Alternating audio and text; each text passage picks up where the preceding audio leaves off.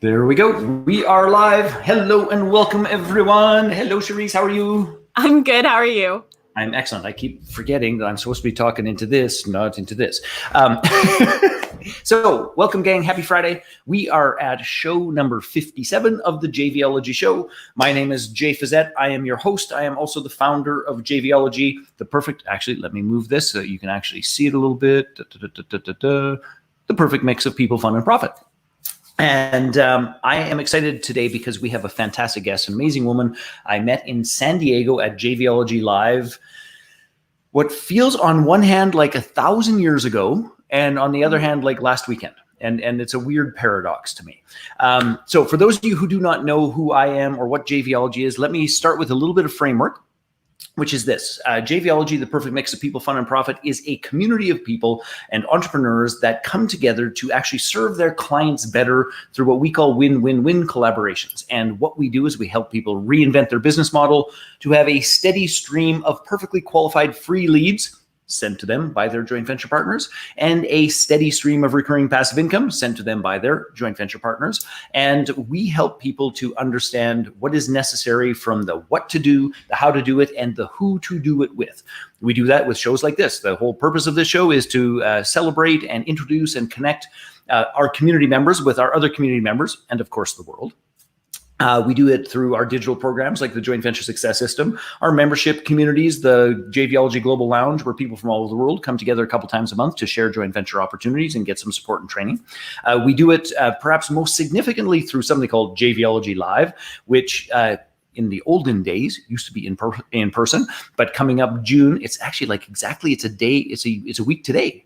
A week today, we're going to be in JVology Live online, where you get to participate from the comfort of your own home and still meet 200 brilliant entrepreneurs looking for JV partners. And we do done-for-you services, you name it, fundamentally in that world, we do it. Now, that's enough about us. By the way, if you want to do JVology Live on Friday, you better hustle your ass. I'll put a link in the chat. But in a moment, I'm going to play our little cool intro, and then we're going to come back, and Shereese is going to give us the 5,000-foot view of who she is, who she serves, what she does, and we are going to dive into a brilliant conversation.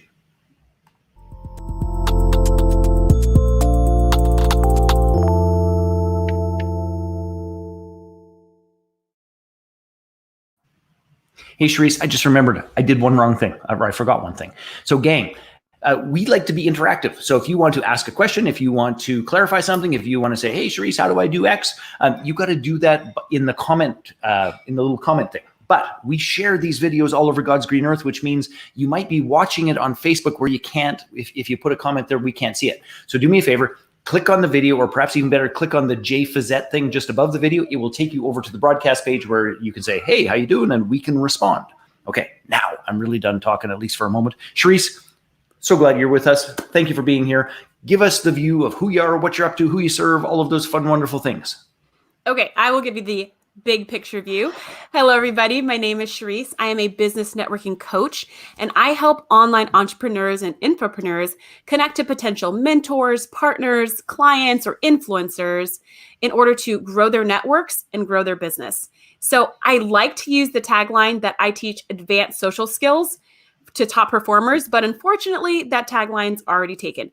So I can't say that. But if it wasn't taken, that's exactly what I would say. That was a very subtle use of somebody else's trademark. And when I read it, I was like, but that's the thing I want to say. Why is that your tagline? Great minds think alike. That is so funny. Okay, so how'd you get into that? Like, where'd you start with that? Yeah, great question. So in high school, I was very awkward, like a lot of high school people tend to be. And it wasn't until and I always thought that was kind of just how I was. I'm an introvert. I don't love being around people all the time. I need, my alone time.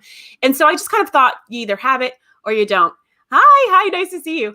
And so it wasn't until I got to college where my best friend, who's an extrovert, signed me up for this big, it was like a spirit week type thing where you would stand at these info booths and people would come over to you and ask you questions about your club. And so she signed me up to talk to people. And I was like, what were you thinking? I hate talking to people. So I stood there in the booth with my arms crossed and I was just like, I'm not going to talk to anyone. And when somebody would walk up, I would just pass them a flyer with no words. I'm just here. Read the flyer. The information's there, That is so not my experience of you. Like, not even in the realm. we're rewinding back a couple. Oh, okay. I got it. So I remember being like, why did she sign me up for this? I feel so awkward. I feel so out of place. And I look over at this guy. I will never forget. His name's Mike. Look over at Mike. And when someone walks up, he goes, hey, I'm Mike. How's it going? What's your name? What's your major? And he would shake their hand and then they would have this great conversation. And I was like, I wonder what would happen if I did that. So the next person walked up and I go, hey, I'm Shereese. What's your name? What's your major? I did it exactly like Mike did it. I said the way he said it. I moved my body the way he moved it. I shook my hand the way he shook his hand. And I got the same results that Mike got. And I was like, wait a minute. Social skills are a skill? What the heck? It's like riding your bike or learning Spanish. You could just learn how to do this. I'd always thought you are either born with it or you're not. I am not. And that's okay. Plus, I'm a scientist. I'm a trained scientist. So I was like, I don't really need it anyways. I'm going to be in the lab, toiling away. I don't really need social skills. That's for other people. But that was kind of like, hi, Gloria. That kind of started my journey to it was like a 15-year journey that I'm still on to kind of understand human dynamics and just how do people communicate together and connect together and all these different things. Anyways, fast forward to graduate school, where I went to get an advanced degree in medical microbiology. So I'm a germ scientist. And so I was in grad school. And when I got... Whoa. So we have to talk about COVID before we're done, because I'm like a not germ scientist. A germophobic? You know what? No, I don't. And I don't want to derail this. We just have to cycle back to that because I didn't know that about you. Yeah, okay, it's a little back pocket surprise. Okay, carry on. So I am a germ scientist. And as when I was in graduate school, I started to realize as much as what I really wanted was to win the Nobel Prize. This was my goal since I was 10. I was like, when I grow up, I'm going to find the cure for AIDS. And then I was like, they'll already have a cure by the time I'm grown. So I'll just cure something, whatever's the thing at the time. I'm going to find a cure for it. I'm going to save the world. Right. That was my goal. Cure for social awkwardness. Yeah. Cure for social awkwardness. Maybe I found that cure. Although I don't know if people appreciate it as much as they would have a cure for AIDS. But in any case, so I'm in grad school at this point, and I'm like, you know what? I don't love this. There were parts of it that I really liked, but at the same time, I felt like the impact that I was making was not as big as I wanted. And a wallflower, got you. Wallflower, I got you. And so kind of as I was there, I was just like, I want to really make an impact on people and I wanted to change the world. I wanted to do something huge. And I realized that in science, in medical science, your information is like a brick in the wall to a cathedral that's being built. So your brick is important because all the bricks are important, but you don't know if that's the first brick or the last brick or something in the middle. So you never know when your work is going to be effective or is going to actually help someone, like when it's going to translate. And so I was like, gosh, I don't want to wait till 300 years after I'm dead to see that my work really made a difference. Yeah. So I said, I need something different. So I left grad school in search of another way to make an impact. Unfortunately, this was in 2008 at the height of the recession, and I could not find a way to make an impact anywhere. I could not find a job at McDonald's. I could not find a job at Starbucks. There were no jobs at all. Kind of similar to what's going on now. But not because of a virus. And so I ended up finding myself homeless. I was homeless living in New York City, sleeping in a truck out in,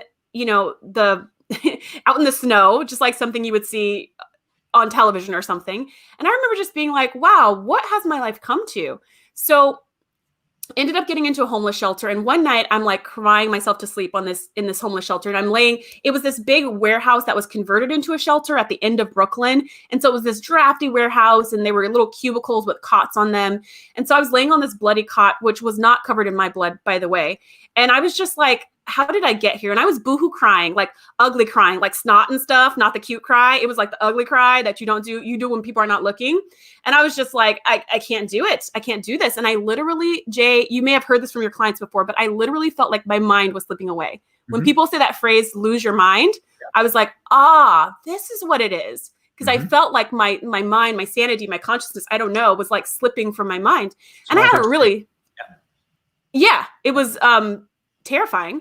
And I had a really tough conversation with myself at that point where I said, you know what, Shereese, these moments like this, these moments like this, like COVID, these moments like George Floyd, these moments, they make or break you. This is where you see the type of person that you are or the type of person that you want to be. And you have a choice. So I was like, look, you can either stay in this shelter. And I could see there were people around me in the shelter who had been here for years. And this was, they were coasting. This was it. And I was like, you can stay in the shelter for the rest of your life, or you can say to yourself, this is the lowest you will ever get. And you will never go any lower. Yeah. And I was only 26 at the time. So I was like, I can't stay here forever. I'm only 26. Like, I've got so much life left. And so I was sitting there sniveling and I was like, okay, I'm going to turn it around, And so I decided to make a difference. And I was really kind of like future pacing myself, seeing what will the end of the story look like? And at the end of my life, would I really look up on my deathbed and say, man, I wish I had a few more degrees on the wall. That's what I really wish I would have done. Mm-hmm. Absolutely not. That's not at all what I would care about. What I would want to see is a whole bunch of people around my bed who will be sad that I am gone because I've affected their lives. And that was a huge shift for me. That's when I realized that achievement, while it is great and amazing, and I'm very happy and proud of what I've accomplished, it's great, but it's not everything. Connection is the most valuable asset anyone could ever have. And that kind of started me on the journey to what I do now. Thank you. To what I do now, which is helping other people connect in a deep and meaningful way, because that's, at the end of the day, that's it. I think that's what's most important. So I love that. So can I ask some Snoopy questions? Of course. Okay. So I'm going to make an assumption, which may or may not be true, that in terms of getting from the homeless shelter to the life that you've created, that there were some really meaningful connections. Who was most pivotal in terms of connection that inspired or supported or helped that this is rock bottom and there is nothing below that helped you get through that? This is a great question. One of the most inspirational people in this journey was my mom. Mm-hmm. I remember calling my mom in between sleeping in the truck and being in the homeless shelter. I remember calling her, sitting on my one little packed bag, crying in the middle of the street. And I'm not a big crier, although a lot of crying comes up in this story. I'm not a big crier, but I was crying a lot at that time. So I'm sitting on a street corner in New York City. Yeah, like boohoo crying on the phone, like, Mom, I'm such a loser. I've ruined my whole life. I don't know where I went wrong. And, all of this stuff. At no point did I blame the recession. I still don't blame the recession, because it's like you still have action. You still have choices and things. But anyways, so I'm sitting there and I'm blaming everything on myself. And I'm just like crying. And she in a rare moment of wisdom, because she's not that type of mom. She's not the advicey type mom. But she was like, you know what? And I had just gotten a job as a professor. And I became homeless on Sunday, and my job was going to start on Tuesday. So I was just like, Mom, I don't have any place to stay. Like, I just need to come home. And she was like, you know what? I really think that if you don't take advantage of this opportunity, you will regret it for the rest of your life. Mm-hmm. And what doesn't kill you makes you stronger. And I was just sitting there and I was like, whoa, she's right. If I don't do this, if I don't take advantage of this opportunity to be a professor, I will never try this again. I won't do this, and I'll regret it. I'll always think, what if, what would happen? And so I just kind of was quiet for a minute. And my mom was like, you know what? Never mind. Just come home. Forget it. And you can hear the mom voices like, well, that was bad advice. Yeah, exactly. Because she's just hearing silence on the other end and me sniffling. And she's, never mind. Just come home. And I was like, no. Like, you're right. Like, I'm going to stay. And so that experience in the homeless shelter, it wasn't an overnight thing, like in my lovely story. It was 18 months. Wow. It was a few weeks in that shelter, but then I went to what I call the shelter 2.0. And then I went to like a shelter 3.0. It was 18 months before I was able to get back on my feet. And I was going to teach my college classes in the morning and sleeping in the homeless shelter at night. So it was like a huge chance to grow and change as a person. But yeah, so to answer that question, one of the most inspirational people was my mom saying that. And that statement alone, I think, changed everything. Thank God for moms. Thank God for moms. Yes. Very cool. All right. That's a cool story. And I learned a whole ton about you that I did not know. That's awesome. Yeah, it doesn't come up in conversation. I actually refer to that time as the Great Dark Period. and I try to avoid it. But it's actually really pivotal and important for why I do the work that I do and why I'm so passionate about it. Yeah. So now my secret story is actually my main selling point, because it's my reason. It's my why. Mm-hmm. I love that. I don't know who said the quote, but it still resonates deeply with me is, circumstances don't make the man or woman, circumstances reveal the man or woman. And I always think that there's three sort of truths around that, which is, money, influence, and alcohol, or money, power, and alcohol are all the same thing. They are just magnifiers of who somebody is. If you're an asshole, you'll be a bigger asshole with money. If you're a good-hearted person, you'll be even a more good-hearted person with money. And the same is true about all of those pieces. So I fervently believe that. Okay, so connection. It's a learnable skill. You have utilized it in a multitude of different ways, which just to be clear about this, not knowing that story, when you showed up at JVology Live in San Diego, you're just one of those human beings that, and please hear this the right way, it's like, you're like easy to notice. You shine. And it's not about the smile, but you shine, you give, you connect. People see you. People are attracted to you. Our mutual friend Charles Bird calls it like the human lead magnet. But you are one of those human. That. It's pretty damn good. I think he's trademarked it, just so you know. Phrase, yeah. So many good things that are already taken, Jay.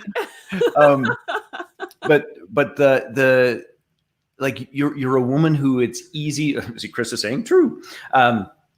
You're a woman who it would be easy to assume that this was all just natural to you for your entire life, and that's the case. So there's a process, and there are some things. So anybody who might be a little wallflowery, or I think Liddy said that she was behind the wallpaper, or covered by the wallpaper, or struggling inside of the plaster or whatever walls are made out of. Yeah, it's just like sneaking out. Where would they start? If somebody was saying, I would love to have that experience of being in the presence of people who want to be in the presence of me, because I think that's a pretty freaking cool magic trick. So yeah, where would you start? What would you guide them to? Yeah, I love that question. And here's the thing that people usually say to that is they're kind of like, hey, if you're an introvert, when I try to be social and friendly, I call it pulling a Shereese. Oh, I love that. Thank you, James. I'm leaving that one up while we talk about this. I love that. Hey, and I could use that one. No one else has stolen that. Well, I guess it's from James, but I could steal that.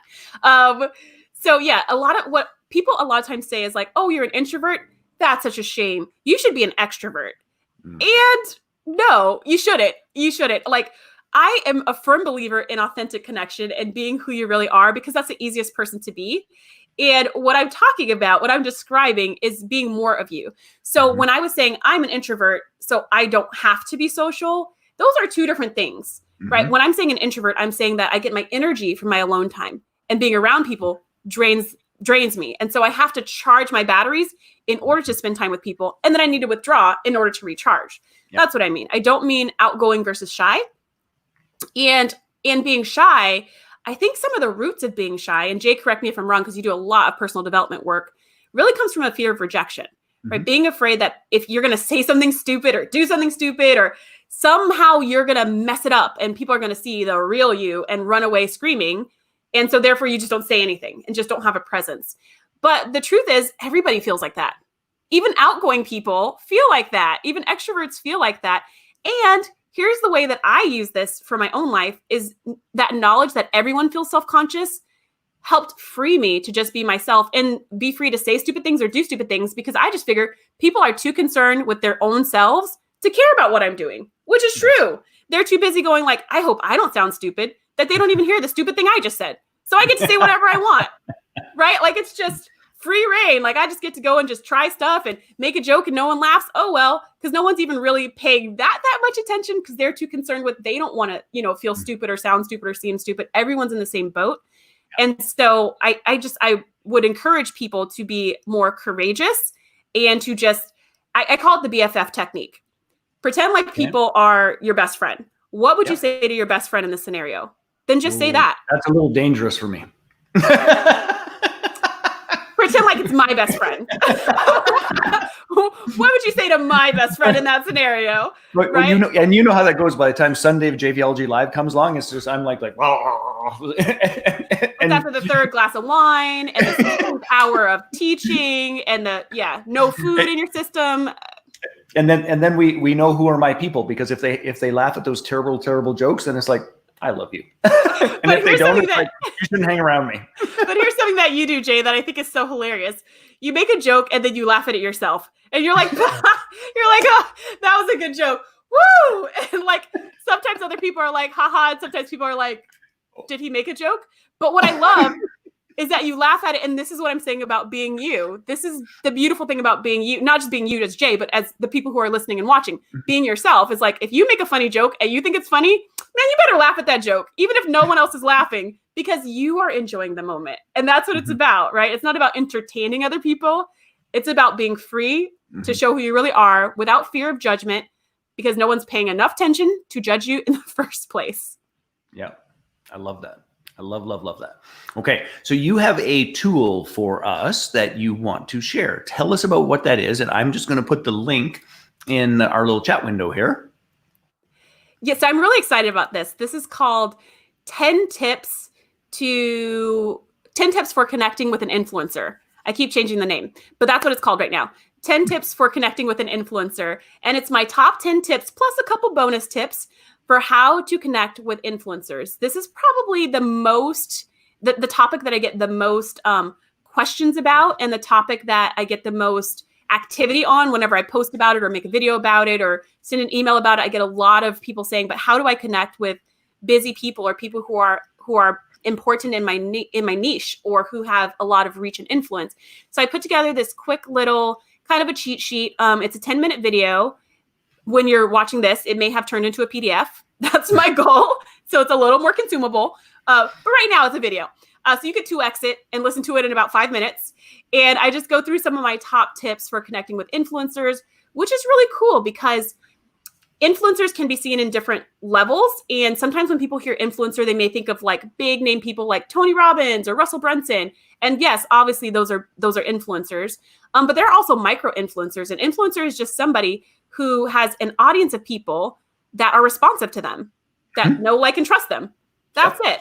And so your goal is to find out a way to connect with them in an authentic way, and to give to them, like give first, which is a big heart behind the community of JVology, which I love, is to give first, to add value, to make true connections, and then to figure out what you guys can do together. And then that micro impact can be huge.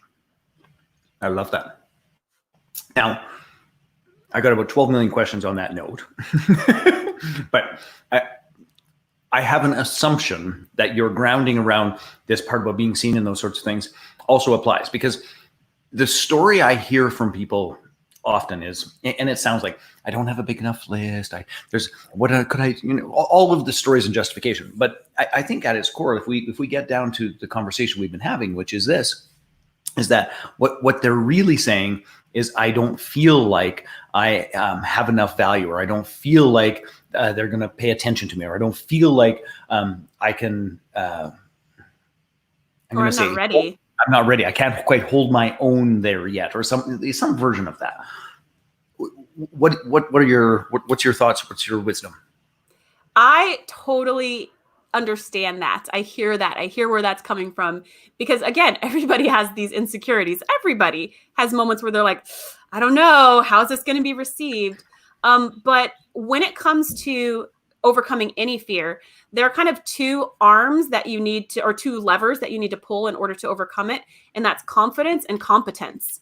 So competence is the know-how. You need the steps, you need the tools, you need the strategies. A lot of people are amazing at that. They are amazing at giving the tools, and they're amazing at getting the tools. I am a chronic course buyer. I've bought every course I feel like that's available online to purchase. So like, I love learning. So buying a lot of Mastermind. Which I just asked you about. Is that Mastermind product still available? I'm constantly learning, which is great. But that's one half of it. One half is the competence, right? You're learning the tools, but the other half is the confidence. And it may seem like you will get confidence in order to step out and be seen, but it's actually the other way around. You have to step out to be seen to gain confidence. Confidence is gained from experience. And so sometimes you just got to do it scared. And that's really the definition of courage. Courage is not being brave and having no fear. Courage is doing something even though you're scared. Yes. So that's what I would say, is do it scared. Love that. Love that. That's, by the way, one of my favorite lines ever. Which I think is a book, right? Do It Scared. Did I just take another copyrighted thing? I'm pretty sure that's a book that I've heard.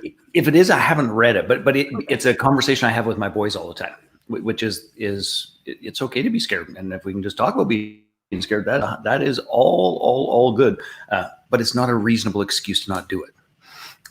And it's like, we're just going to keep practicing. It's okay. So I love that. Okay. Oh, sorry about that. No worries. It is all good. So can we shift gears to something different? Just because I'm curious about your germ expertise. Yes. Keep in mind, I have not worked in a lab without training somebody in like 10 years. So okay. If we get down to the specific details of experiments, I might be a little rusty. I'm just curious about what your opinion of COVID is, about dealing with the social distancing, about in Canada, the curve stuff, like I'll use Calgary, for example. It's like there was, worst case, best case, worst case, likely, best case. And like, we're like way below that. So people are starting to wonder about, ourselves included, to be frank. What's your sense? Yeah. So when it comes to a highly contagious virus that's passed from human to human, it's really hard to eradicate it. I know when this first started, a lot of people were saying like, what's the solution? How do we just cure it? And you don't really cure viruses. You just treat them or you prevent them. And so a lot of people we're kind of like, well, what do we just do? Can't we just like take a pill or take some medicine or just swallow something and then we just can't get it? And a lot of people were doing really goofy things and hurting themselves and killing themselves by trying to take the magic solution. Sunlight, bleach, other brilliance like that. Yes. Weird things that non-scientists could consider applicable, like a reasonable response. I don't know. Now, the only way to really eradicate a virus is that passes from human to human is to eradicate humans. So we're not going to get rid of it, but we can prevent it and we can treat it. And so the idea behind social distancing or physical distancing is trying to slow down the rate at which it passes from human to human. It's not practical to think that it will not pass from person to person. It pretty much will. It's pretty much guaranteed. Eventually, almost everyone will have this virus. Yes. The idea is we don't want everyone to have it at once because that would totally overwhelm our healthcare systems. And then people who need the most care won't be able to get that care. Yeah. A lot of my close friends have already had coronavirus. I live in Los Angeles, and so we're kind of the epicenter down here in California because it's Los Angeles. And there's people on top of people. So a couple of my friends have already had coronavirus and recovered from coronavirus, and they're totally fine. And they have antibodies, and they're going to be fine. But the danger really is not them. It's who they could spread it to. Yeah. And I think that's another piece that people are unaware of is they're thinking I'm young or I'm healthy or I exercise a lot, XYZ. What are the chances of me getting it? Plus, if you do get it, your symptoms are so mild, or maybe they're real, more severe symptoms, but you will recover. You will get immunity and you're going to be fine. And so they're kind of like, it's not a big deal. And that's kind of true. The challenge is you could be passing this on to people who do not have your same immunity. And that's what you need to be really, really careful about. I even spoke to a woman the other day who was just saying, well, I mean, it's not a big deal. If you're not healthy, you just shouldn't go outside. You should just stay inside and that's your problem.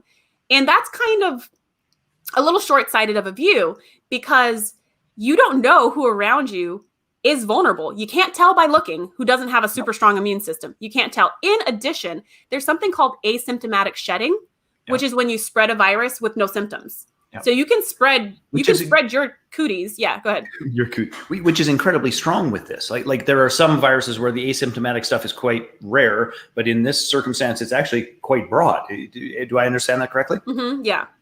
Yeah. There are a lot of different symptoms. One of my friends, her husband, his symptoms were just he lost his sense of smell and a sense of taste, and that was it. Mm-hmm. And that was it. Another one of my friends, she was just wiped out, and it went through her whole family. It was her in-laws, her husband, herself, her kids. It just went through everybody, and they were like wiped out, like on the ground, like, worst sickness they've ever had. So it's really a range. And again, it's really about protecting other people who don't have the internal capacity in their white blood cells to protect themselves. And I think that's what we have to think about. And Jay, it's something you and I spoke about a little bit before, the difference between being in proximity and being in community, right? Yes. It's like, do you want to share what you said, what your definition of those things were? I thought that was really powerful. I don't remember what I said exactly, Okay. but I think it's the difference between being with someone and being for someone, and that those are two radically and dramatically different things in my world. And when we are in community, we are for someone. And that is, to me, one of the most important components of JVology Live, and frankly, all of the communities I've ever built my entire life, is that if you're going to be in the community, then you're for the community and you're for the members of the community, and we do our best to take a stand for everyone. But that's a different thing than just hanging around. And that is what I consider society to be. So in this case, when we're all being asked to make our own sacrifices in order to protect others, that's being in community. That's what it looks like. That's what it looks like to be for people, even people who maybe you're not related to, but you're going to do what you need to do to not be contagious and to not spread your germs over to other people. And I think that's what matters. As far as people who are losing jobs and people can't go out, and that all of that's horrible. And we need to find a way to do that and do it safely. And so I don't think it's like a black or white issue, like everyone should stay home or everyone should just forget it. It's not a big deal and just go out. I think we should just be cautious and wise and be safe so that we can protect people who can't protect themselves right now. That we need to be in community. Yeah, very nicely put. Because it is, we went to friends of ours, Glenn and Lisa's, last weekend. First time we, as a family, we went out to see another family, other than people on our street that, the kids have been playing and all that kind of stuff. And honest to goodness, that on the one hand felt, like Choir of Angels good. And this is a little bit weird as well, but on the other hand, also felt like our little sort of bubble or cocoon that we had built over the last 90 days was beginning to crumble or fall apart. So it was this interesting paradox. But I am certainly present to the considerations of I'm glad it's loosening, and I don't want to be rash or irresponsible in that process. Right. Responsible behavior. And that's all we ask from society ever. That's why drinking and driving is a crime, right? It's just be responsible. Do we care that you drink? No. Do we care that you get drunk? No. But should you get behind the wheel? No, because that affects other people, right? Yeah. So it's just the same kind of social contracts that we always have, that we need to be thinking about how our actions impact other people. And if it doesn't, then hey, go wild. No one cares. Love that. Love that. Okay. Closing thoughts in terms of what you're working on, how you serve people. We want to make sure that people get your 10 tips. That would be totally awesome. So we use the link in the little chat window. Anything else about the tips and how to use them? So I do want to add something else. It's not about the tips, but I do want to talk a little bit about my experience with JVology Live and why you all should go if you have not gotten your ticket. Okay. And I actually and she's right. She's right. I have a list of reasons why you should go to JVology Live. Like I literally wrote this down because I had this whole plan to do a bunch of stuff to promote JVology Live. That didn't happen, but it might happen. We still got some days. So it's still in the plans. But yeah, okay. So my experience at JVology Live, I went to JVology Live in February of this year, 2020, and I was suspicious. Like I wasn't sure what I was going to get out of it. It's kind of the same feeling that a lot of people have when you go to a conference and you think, what's my ROI going to be? Like, is this really just going to be, is it going to be meaningful, or is it just going to be more knowledge and I don't do anything with it, or I only take one take home? And even if I do, it's still valuable. That's why I always go, right? Because I love learning. And I know that one tip could make the difference. But I will say JVology Live was not like a conference. It was more like a workshop. So there was learning. And then, Jay, I loved how you did this. You were like, okay, we're going to write out, I don't know, like answer these 4 questions. Great. Now get up and go around the room and go ahead and talk to each other and give those four answers. And you're like, wait, this was not a theoretical exercise. You wanted me to actually, okay. And I remember you gave this one assignment where you said, I want you to create a JV invitation. So you guys are going to learn about that at the event.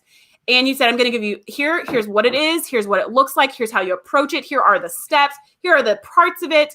I will give you 20 minutes with music playing softly in the background to just write out your invitation.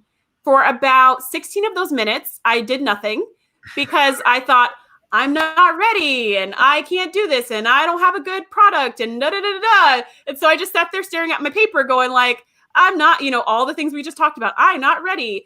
And I was sitting next to Leanne. And so she looks over and she's like, why aren't you writing anything? And I was like, oh, because I'm not ready, because I don't have my website yet finished and I don't have this link for this or whatever. And she was like, just freaking do it. Just freaking do it.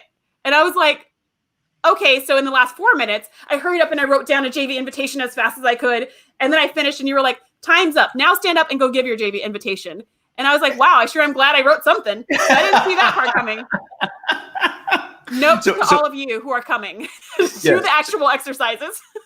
So here's the promise that we make is that if you actually are there doing the stuff, that you'll actually get a chance to practice your JV invitation at least 100 times. Now, I think we're gonna land around 200 people in terms of the JVology online piece, which I'm really excited about. So what Shereese is saying is, like, how do I put this? In the world of joint venture partnerships, knowing what to do and knowing how to do it is only that part.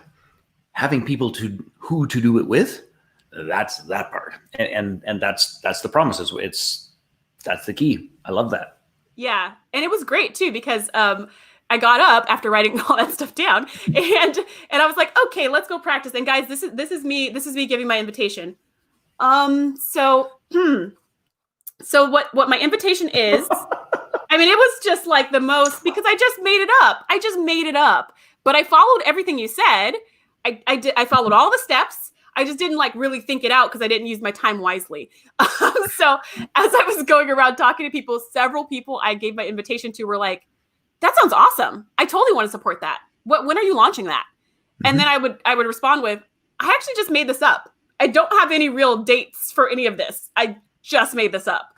So, I mean, that just goes to show the power of applying yourself. And I would definitely say this, some conferences, especially with our online situation right now with coronavirus, it's easy to just like tune out of it. And sometimes that's actually okay. You can just hear the knowledge, hear the information, watch the replay, whatever. So this is not that.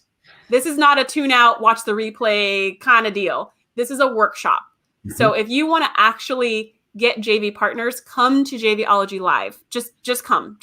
Like, just come. You're going to get more than knowledge. You're going to get your actual invitations created. You're going to get practice in a safe space where everyone's practicing. So that fear of like rejection, you don't really need that because everyone's practicing. So you could mess up.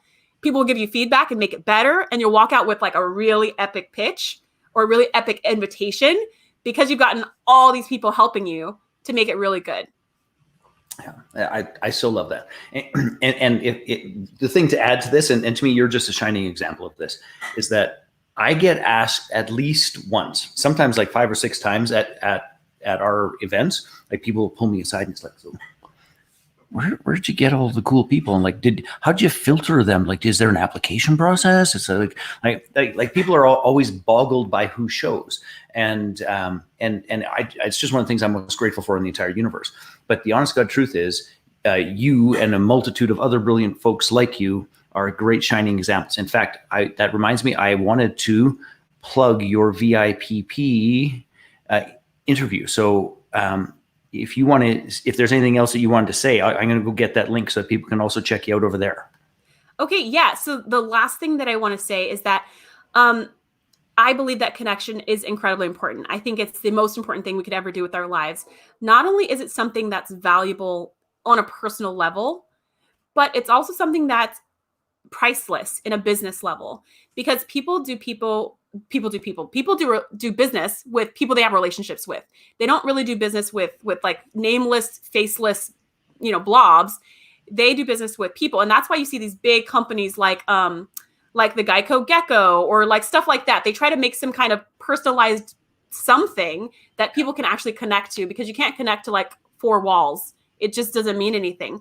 So as an infopreneur, for any of you who may be infopreneurs out there selling your expertise and your knowledge, this is a huge win for you. You may not have the bucks that like Coca-Cola has or whatever to do ads, but what you do have is yourself.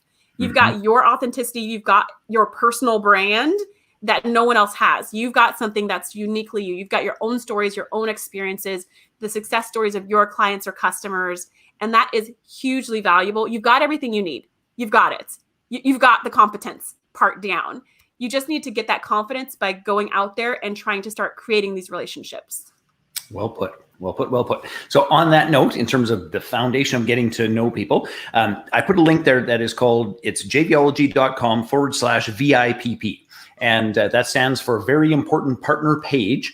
And these are people that have chosen to come to JVology Live as VIPs. And what we do is we interview them. You get a little 5-minute snapshot of who they are, what their stand is, what their joint venture invitation is. Depending on who's who and what's what, there's a link there where you can get some of their freebies. You can book a time with them, but you'll get to know people. So go over and check out Shereese there and a bunch of the other amazing human beings who are coming to JVology Live. And if you want to come play with us, use the link jvologylive.com and get your ticket fast, because there's a whole box. There's a partner creation box that we want you to get before the event starts, which means you would have to do it now. Now is a good time, or now, or right away now, somewhere in there, or now. Because I don't want you guys to go through the whole event and it's like, great, my box came on Thursday. That's not going to work. That's not so ideal. All right, Shereese, I really appreciate you, and thank you for spending time with us and enlightening me about the germs and the background and the process. You and I think this is one of the reasons why I just like you so much is this idea of connection. And I do think that everything meaningful in the world manifests itself through connection. So you and I are on exactly the same page. So I look forward to hanging out with you next weekend, and we will see you soon. Thank you for spending your Friday afternoon with us. Yeah, thanks so much, Jay. Thank you, everybody, for watching. If you comment below, I'm going to respond, FYI. Yeah. Yes, you can ask a question, you can comment, you can do any of those things. We'll talk soon. Bye-bye.